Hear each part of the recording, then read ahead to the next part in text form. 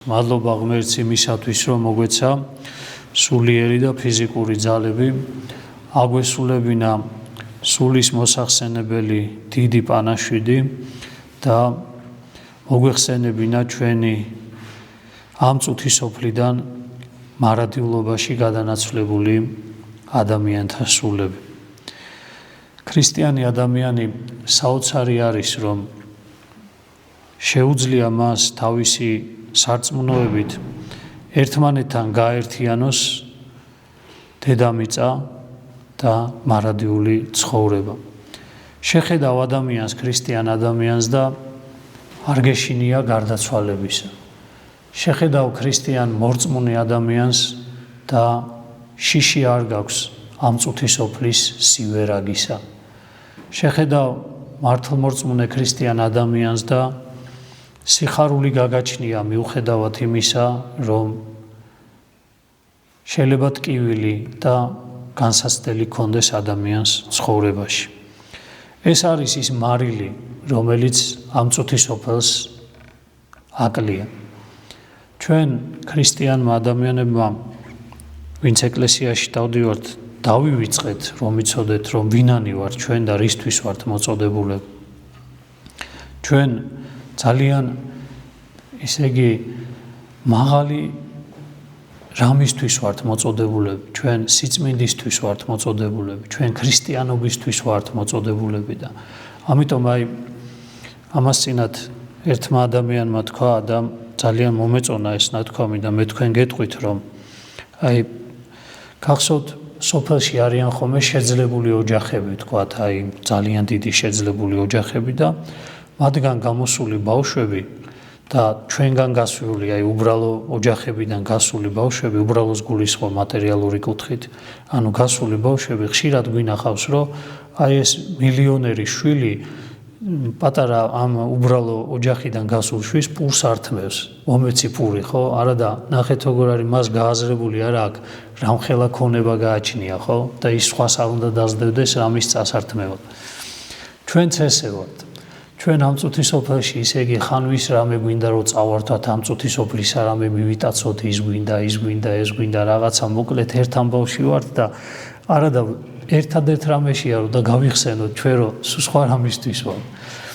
ისეთი რამისთვის ვართ, იმდენი რაღაცა გვაქვს ქრისტიანებს, ისეთი საოცარი საუნჯე გაგვაჩნია ქრისტიანებს, ისეთი საოცარი სიმდიდრე გაგვაჩნია ქრისტიანებს, რომ არ შეიძლება ადამიანი ამ წუთის სოფლისეულ რაღაცა იმ ორუმტრიალში მოკლედ იყო ჩართული და გაიხსენეთ როგორ არის აკაკი წერეთლისა, ხო, იავნანამ რაქმნა, ხო? ზუსტად ეგ არის. ხმა, ის ხმა არ გვესმის, ქრისტეს ხმა არ გვესმის და ქრისტესთან ურთიერთობა არ აქვს და ძალიან ძნელია ადამიანებმა ზოგადად მერე ქრისტიანობა შევძლოდა. დღეს მინდა უბრალოდ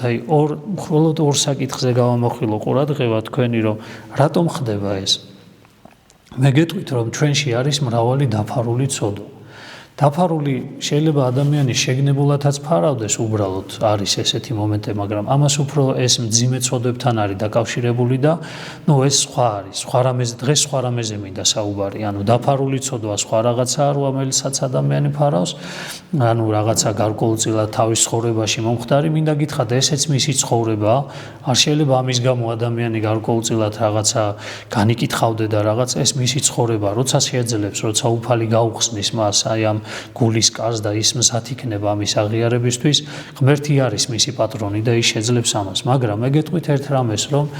არის ჩვენში დაფარული ცოდვები, რომელსაც ჩვენც ვერ ხედავთ. ამაზეა საუბარი და გახსოვთ არის ხოლმე, რომ შვიდგის ზეციწყებაზე იტყვიან ხოლმე, რომ ცოდვებიო, რომლებიც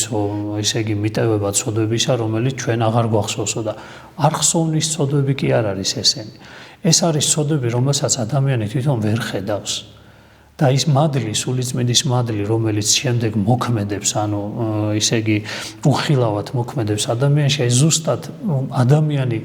გახსოვთ, მთელი ზეთისხების განმავლობაში ერთ ფრაზას უნდა ვიძახო, უფალო შეეწია ჩემს ურწმუნოებას.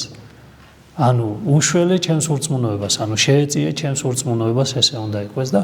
ამიტომ აი ჩვენი ლოცვაც მე ეს დაფარული ცოდვები, რომელიც გვაქვს, რომელსაც ჩვენ საერთოდ ვერ ხედავთ, ვერ ვაკონტროლებთ, არც კი ვიცით, რომ ესეთი ცოდვა არსებობს. ამას აღსარებაშიც არ ვამბობთ, ამაზე არც ვფიქრობთ, არავის არ ვეუბნებით ამ ყველაფერს და ამიტომ ჩვენი გული ამ ცოდვებით ისევ გამოტენილი რჩება და გაციებულია.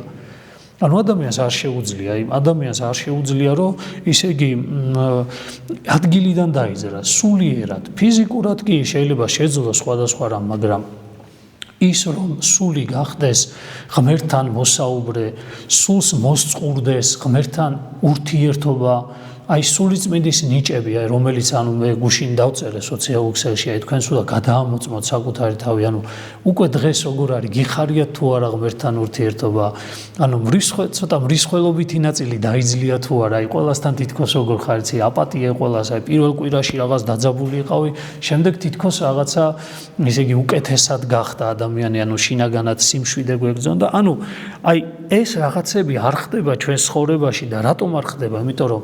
არის ახლა ბევრია, რამოდენიმე არის ეს და ამაზე ყველაზე ვერ ვისაუბროთ, მე სხვა დროსაც გავაგზავნოთ, მაგრამ მინდა რომ აი დღევანდელ დღეს უბრალოდ აი ჩვენი გულის გაუხეშება რატომ არის, აი რატო არის ადამიანის გულის გაუხეშება ესეთი და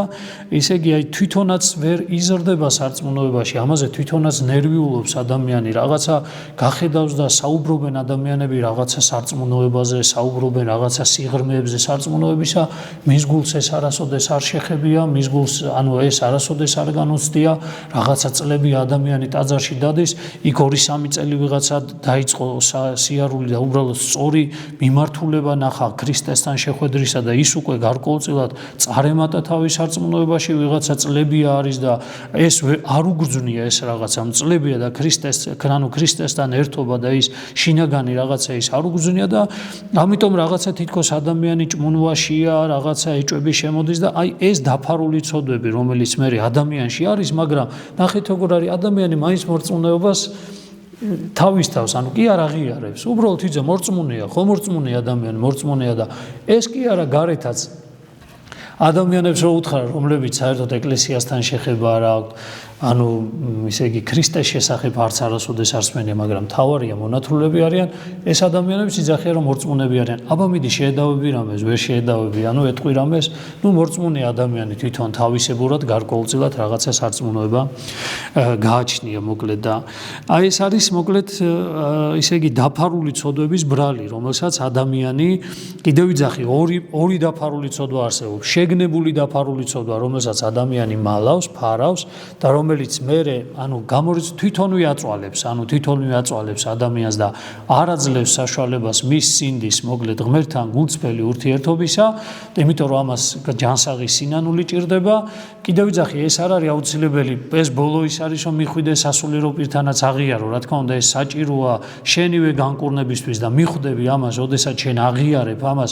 რამდენად სხვანაირი გახდები ადამიანის შინაგანად, რამდენად განიკურნება შენი სულის მდგომარეობა, რამდენად ეს ჭრილობა, რომელიც მთელი ცხოვრება დაგდებს, ამდენად შეხორცებას დაიწყებს და სიხარული მეტი შემოვა შენს გულში, ამას ვერავინ ვერ დაგიმტკიცებს, ამას ვერავინ ვერ გეტყვის, რომ ეს ესეა, თუ შენ თვითონ არ გამოსცადე ეს ყველაფერი და თუ როდესაც გამოცდის ადამიანი შეგნებულად დაფარული ცოდვის აღიარების სიხარულს, შემდგომ სიხარულს, მოკლედ ამას ვიხდება, მაგრამ დღეს ვისაუბროთ არა ამაზე, არამედ ვისაუბროთ გარკვეულწილად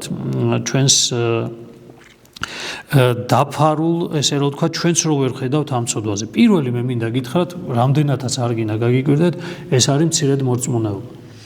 ანუ ჩვენ არ გვინდა ამის აღიარება, აი ადამიანს არასოდეს არ უნდა აღიაროს ის, რომ ადამიანი მცირედ მორწმუნეა. აი მე არა მაქვს სარწმუნოება, აი უბრალოდ მოხვიდე და თქვა, აი ღმერთთან მართლა გულწრფელად დადგე და უფალო არ მაქვს ეს სარწმუნოება, რაღაც აი რაზეც ახლა ჩვენ სახარებაში ვკითხულობთ, რომ არ მაქვს. აი რწმენა, რომელიც უნდა გამაჩნდეს, არ გამაჩნია ეს რწმენა, ანუ ეს მადლი, სარწმუნოების მადლი არ გამაჩნია, ხო? და ჩვენ შემთხვევაში ჩვენ თვლით ადამიანები, რომ მოკლედ ესე რომ ვთქვათ, ტაძარში დავდივართ, რაღაც ტაძარში დავდივართ, ყოველდღიურ ცხოვრებაში თითქოს ისე წარემართება ადამიანის ცხოვრება, რომ ქრისტიანულად ცხოვრობს, ხო? მისი მოქმედებების, მისი მოქმედებებით შეიძლება ასეთი იყოს, მაგრამ ნახეთ როგორ არის ფიზიკურად და გარეგნულად ადამიანი ამას აღასრულებ, მაგრამ სული შინაგანად არ გეთანხმება, ანუ უთანხმოებაა შენს სარწმუნოებასა და შენს მოქმედებას შორის, ანუ ეს მთელ ცნობიერება არ დგება ადამიანისა და ეს არის ყველაზე მტანჯველი. აი, ვაიმე რა საშინელია ეს ყველაფერი, როდესაც ადამიანი ლოცულობს, როდესაც ადამიანი თითქოს აძალებს საკუთარ თავს, რომ ისე იგი მარადიულობა არსებობს, სულის უკვდავება არსებობს, დღეს აგერ მიცვალებულთა მსახურება უიმსახურე და იტანჯება ადამიანი შინაგანად, იმიტომ რომ მიცვალებულებისთვის ლოცულობს, თავისი ახლობლებისთვის, მშობლებისთვის, შვილებისთვის, ასე შემდეგ, მაგრამ აი სარწმუნოება საბოლოო ჯამში არ არის და მინდა გითხრათ ერთი აი დარიგება მოგცეთო ყოველთვის და ყოველდღიურად მიდით ისე იგი მაცხოვრის ხატთან ჯვარცმასთან უფრო მეტად და მოკლედ გააკეთეთ რამოდენიმე მეტანია და ღმერთს თხოვეთ რომ ღმერთო სარწმუნოებაში განმამტკიცე ანუ მომეცი სარწმუნოება მტკიცე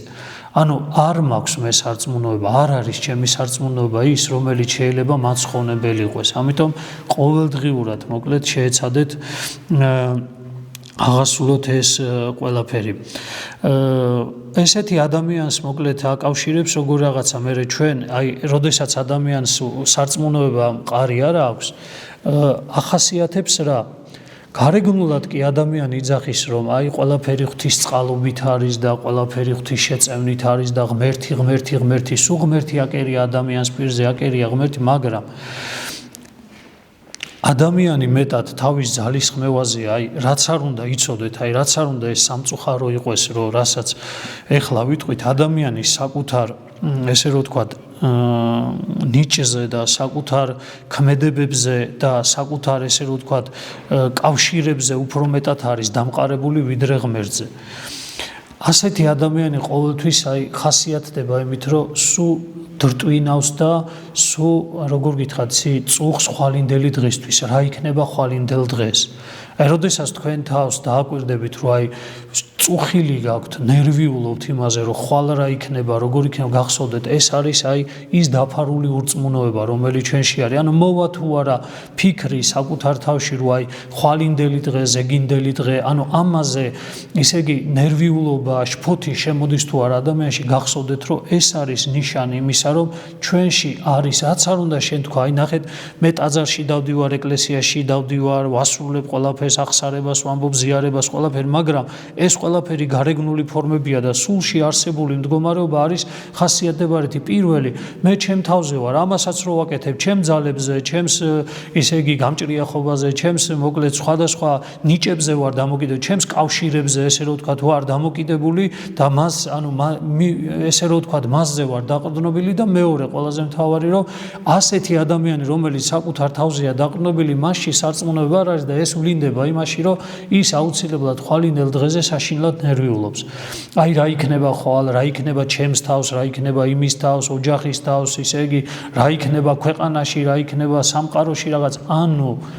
ის სახარების სიტყვები რომ ხვალემ იზრუნოს საკუთარ თავზე და კმარს დღის ანუ ამ დღეს თავისი სიმძიმე აქვს და ამ სიმძიმეს შეევედრე ღმერთს რომ მოკლედ ეს სიმძიმე გადაგატაინოს და ერთი დღე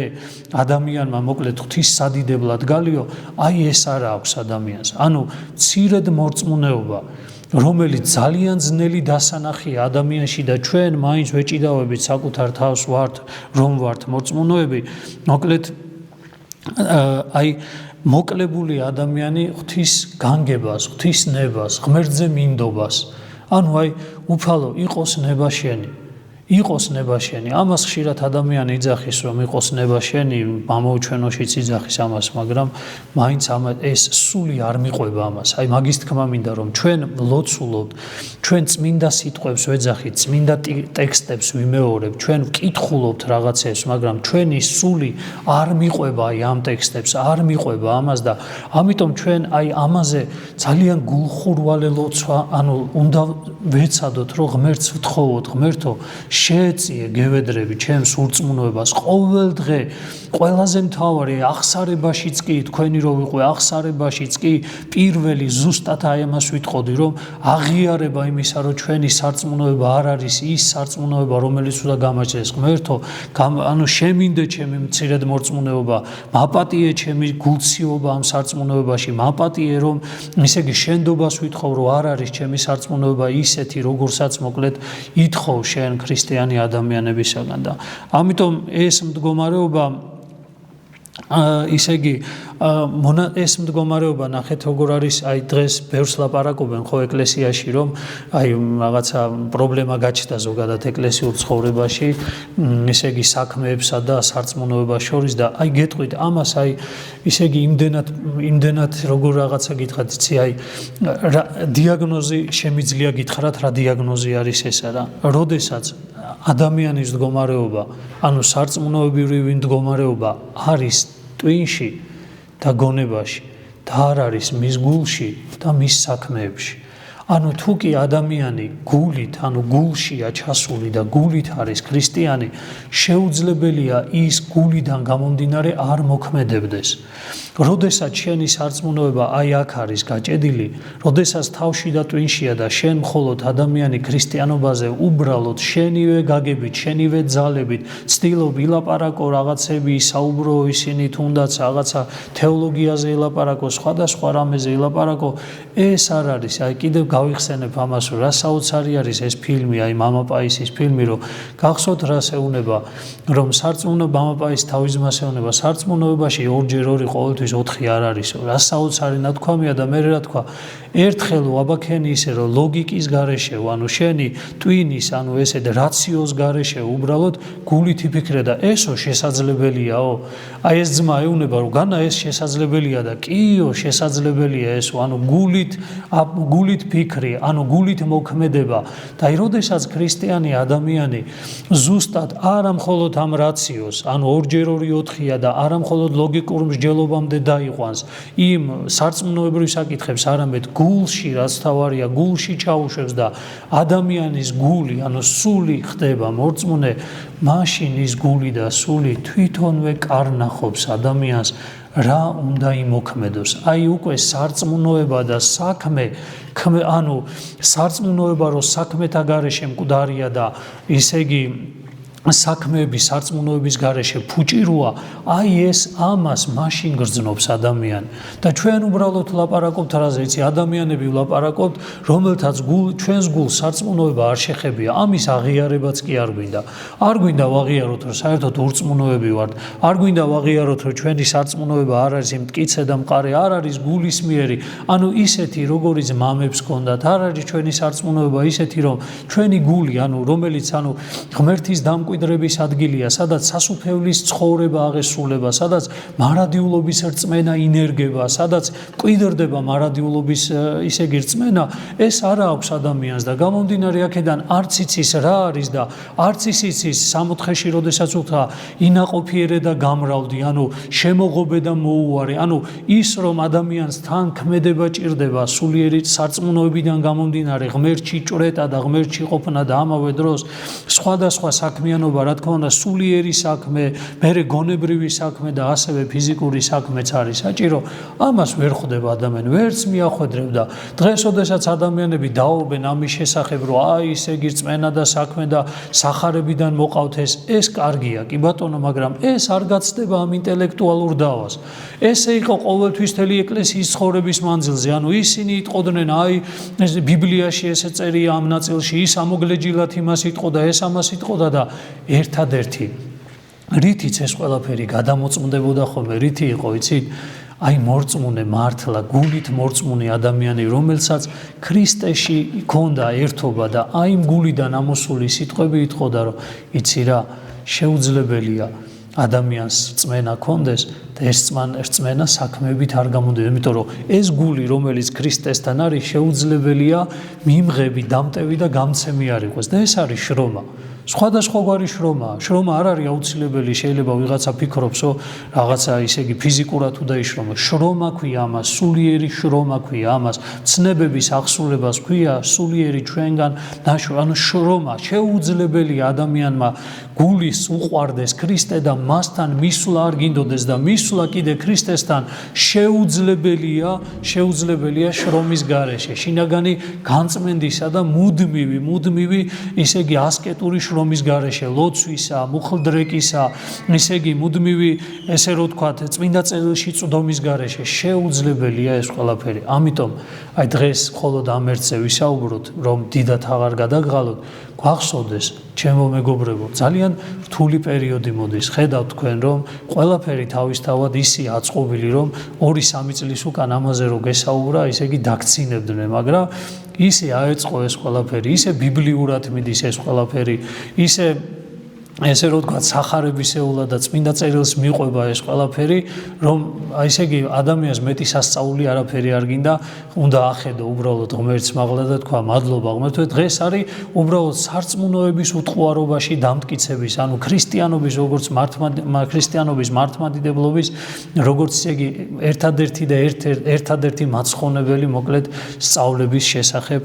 ესე იგი მტკიცებულება, რომელიც აღესრულება დღევანდელ სამყაროში და ღმერთმა აინებოს ამ სარწმუნოებაში განგვამტკიცოს. ამიჯერეთ, რაც არ უნდა ბევრი ცოდნა გქონდეთ, რაც არ უნდა ბევრი ისე იგი იცოდეთ, შეუძლებელი იქნება თუ კი რწმენა არ იქნება გულში. ამიტომ ყოველდღიურად გთხოვთ, ყოველდღიურად აკეთეთ მეტანიები, რამოდენიმე მეტანია და ღმერთს გულმხურვალედ თხოვეთ, რომ ღმერთო შეეწიე ჩემს ურწმუნოებას, გამაძლიერე მე სარწმუნოებაში მართლა, ანუ გული გააძლიერე, შეეხე ჩემს გულს, მოვიდეს სულიწმინდის მადლი, გულს შეეხოს ჩემს გულს, რომ ანუ ეს სარწმუნოება იყოს უტყუარი, ეს სარწმუნოება იყოს გამაძლიერებელი, ეს სარწმუნოება იყოს ისეთი, რომელიც ამ წუთი სოფლისგან მომავალ ჭირსა და ვარამს მოკლედ გადაატაინებს ამ ადამიანს და არ მოსწყვიტავს ეკლესიის წიაღს, არ მოსწყვიტავს ქრისტიანობის წიაღს, ქრისტეს წიაღს და არ მოსწყვიტავს მოკლედ ადამიანს სასუფეველის წიაღს. ღმერთმა ჩვენი ასეთი გულისმიერი ლოცვით შეიწყალოს და გაამართლოს საშინელ სამსჯავროზე ჩვენი გარდაცვლილი ადამიანები, ვისთვისაც დღეს ჩვენ ვილოცეთ და ღმერთმა ყველანი ერთად შეყვაროს მარადილ სასუფეველში და აი იმ სიხარულში, რომელსაც ღმერთთან ერთად ყოფნა ქვია და ღვთის წიაღში დამკვიდრება ქვია. ღმერთმა დალოცვილი, დღეგრძელი და გახარებული გამყოფოთ ყველათ.